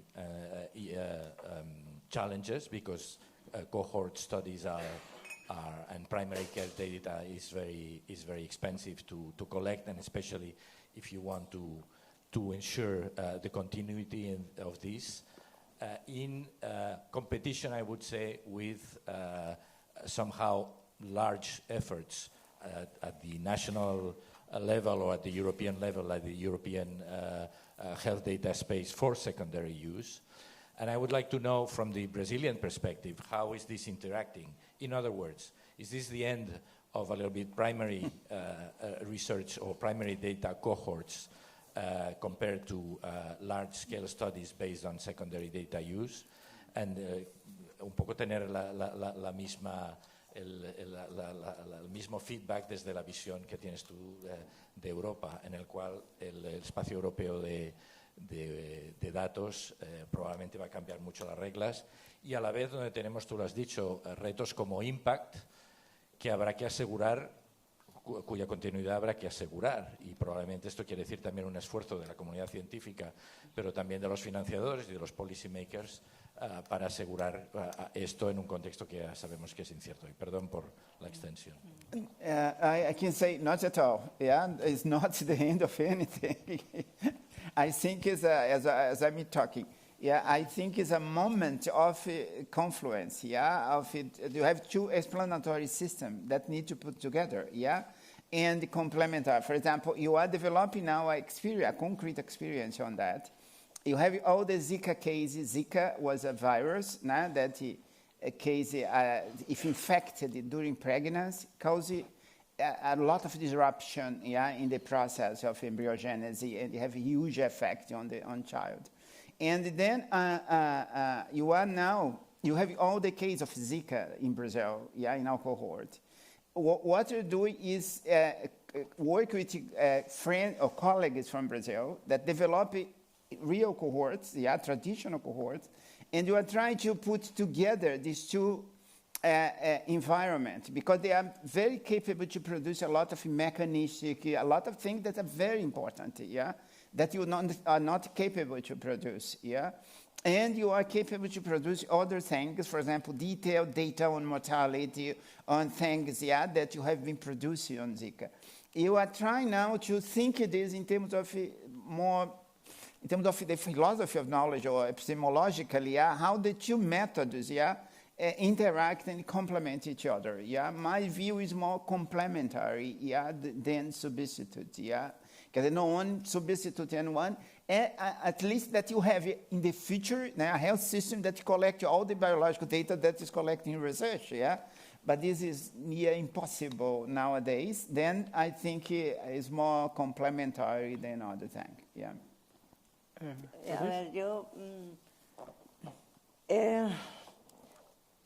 a ver, hay como dos cosas en marcha, ¿no? Una que sería con datos poblacionales, sea de historias clínicas de toda Europa, y ahí tenemos Espacio Europeo de Datos Sanitarios, que es una bendición y que ahí sacamos pecho, porque teníamos complejo de que en España lo hacíamos muy mal con las 17 comunidades autónomas, y vemos que los alemanes y los franceses están muchísimo peor en historias clínicas, ¿no?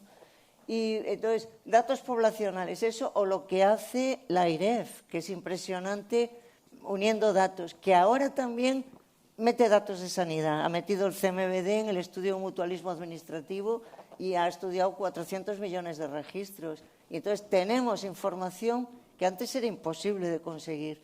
Esto por un lado, pero por otro lado es la cohorte Impact, que es una cohorte ad hoc, hecha especialmente, aleatoriamente, seleccionando aleatoriamente, y los que caen en la cohorte, que ahí está habiendo una tasa de respuesta muy alta, esto es un estudio exhaustivo de toda la información de esta gente. Ahí el riesgo es de que se pierda la cohorte, ¿no? Que haya atrición, o porque la gente se raje, o porque los investigadores se desanimen y ya no lo sigan, ¿no? A mí me parece que es algo que en lo que debemos implicarnos como ciudadanos y como investigadores, que, oye, que es un proyecto colectivo, que es de todos, ¿no? Que yo no tengo nada que ver con la cohorte, pero me parece que es algo muy importante que está ocurriendo en este país.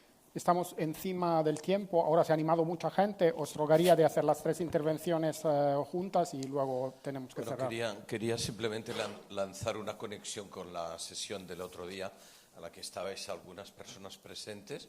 Yo creo que hoy hemos confirmado que con datos observacionales se puede hacer muy buena investigación, controlando factores que si no sesgarían los resultados, porque nos acercamos al paradigma del ensayo clínico randomizado, pero esto exige a su vez una disponibilidad de datos de cierta información que no siempre está disponible. Por ejemplo, ayer con Mauricio hablábamos de algunas limitaciones, ¿no? Y yo pienso, bueno, pues ¿cuál es la calidad de la información sobre el consumo de alcohol, de tabaco, de otras drogas, sobre riesgos laborales, etcétera, ¿no? Algunas de estas cortes simplemente no están. Por lo tanto, pueden haber sesgos de selección. Hay que seguir hablando de sesgos de selección y saber, por ejemplo, que los estudios en voluntarios o los estudios en personas que tienen este reloj maravilloso que tiene Bea en su muñeca, ¿no? Pues no son necesariamente, no ya representativos, sino necesariamente proporcionando datos válidos, porque hace muchos años que sabemos y se sigue trabajando sobre la idea de que ciertos subgrupos no te darán resultados con validez. Sin embargo, pues si hay buena información sobre confusores, ¿no? Hay que seguir hablando de factores de confusión y hay que seguir atendiendo a este desarrollo espectacular. Datos, Big Data per se no mejora el problema. Claro. Si la calidad de la información, este es un principio que sigue siendo veraz y relevante muchos años después. Por mucho que aumenten los datos, si la calidad de la información sobre, por ejemplo, consumo de tabaco, alcohol y otros confusores, actividad física, no es buena y difiere, por ejemplo, por clase social, por nivel educativo, etcétera, esto va a seguir sesgando los resultados. Datos, los sesgos no mejoran, solo los sesgos sistemáticos, no los aleatorios. Los errores sistemáticos o sesgos no mejoran al aumentar el tamaño. Las 2 intervenciones, antes de que vengan a desalojarnos, os ruego síntesis a los 2, por favor. Muy rápido, gracias a los 2. Quería preguntaros una cosa. La salud pública, lo más frecuente es la inacción política, el que no hay intervenciones. ¿Creéis que la disposición de datos, como los que ha mostrado Mauricio, de que se van conociendo cosas intermedias, podrían servir para valorar el impacto de las inacciones, los efectos en términos humanos, económicos, en salud, bienestar de la inacción? ¿Y sabéis qué se está haciendo ya? Es decir, aprovechando los experimentos naturales. Fernando. Sí, a continuación, gracias. Sí, gracias a los 2 también. Bea, tú planteas como modelo de análisis de los datos el impact. Yo soy un poco crítico con el impact. Yo opto por el modelo de Mauricio, que es la conexión de datos que ya existen. Porque el impact está planteándose datos primarios.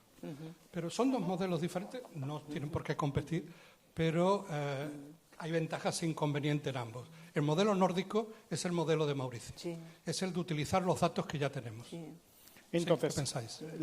Tenéis 3 minutos para contestar sobre impact versus Brasil y el efecto, si se estudia el efecto de la inacción, digamos. ¿Empieza tú, Beatriz? Bueno, no son incompatibles. El impact, o sea, lo que tú estás planteando de datos poblacionales es lo que hace la IREF.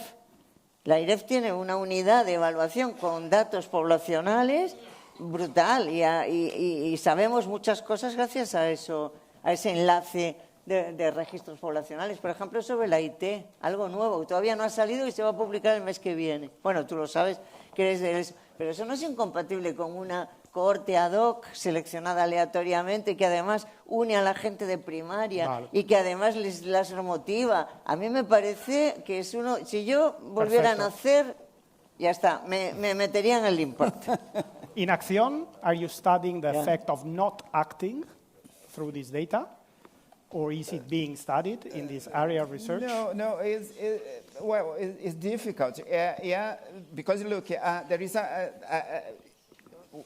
in the area that you work, you want to get results, find that generate action. Yes, our expectation. But this is complicated. Yeah, there's a relationship between research and action. Yeah, because governments are different. For example, some governments are very sensitive. For example, all things that we started was a minister of Brazil. Yeah. That is, you did a first study using another methods, not in the cohort, showing the effect of Bolsa Familia on infant mortality. And was a bright woman, a very clever woman, was a minister of social development of Brazil. He was so enthusiastic of this find, because she was responsible for a program that was to reduce poverty, not to health. And someone showed to her that this has a huge effect on health. Then he said, why don't you use all the data that we have? Well, everything started, by a minister, decision to say, you can transfer this data to your institution, Okay. And things like that. Some moments is completely neutral, the government don't have any interest, on what you're doing, In other moments, they use that knowledge, Then it's a complex, but it's a matter for other debate, I think, a big debate. Thanks a lot. I hope there are more opportunities. Espero que habrá más oportunidades. Muchas gracias a los ponentes. Gracias.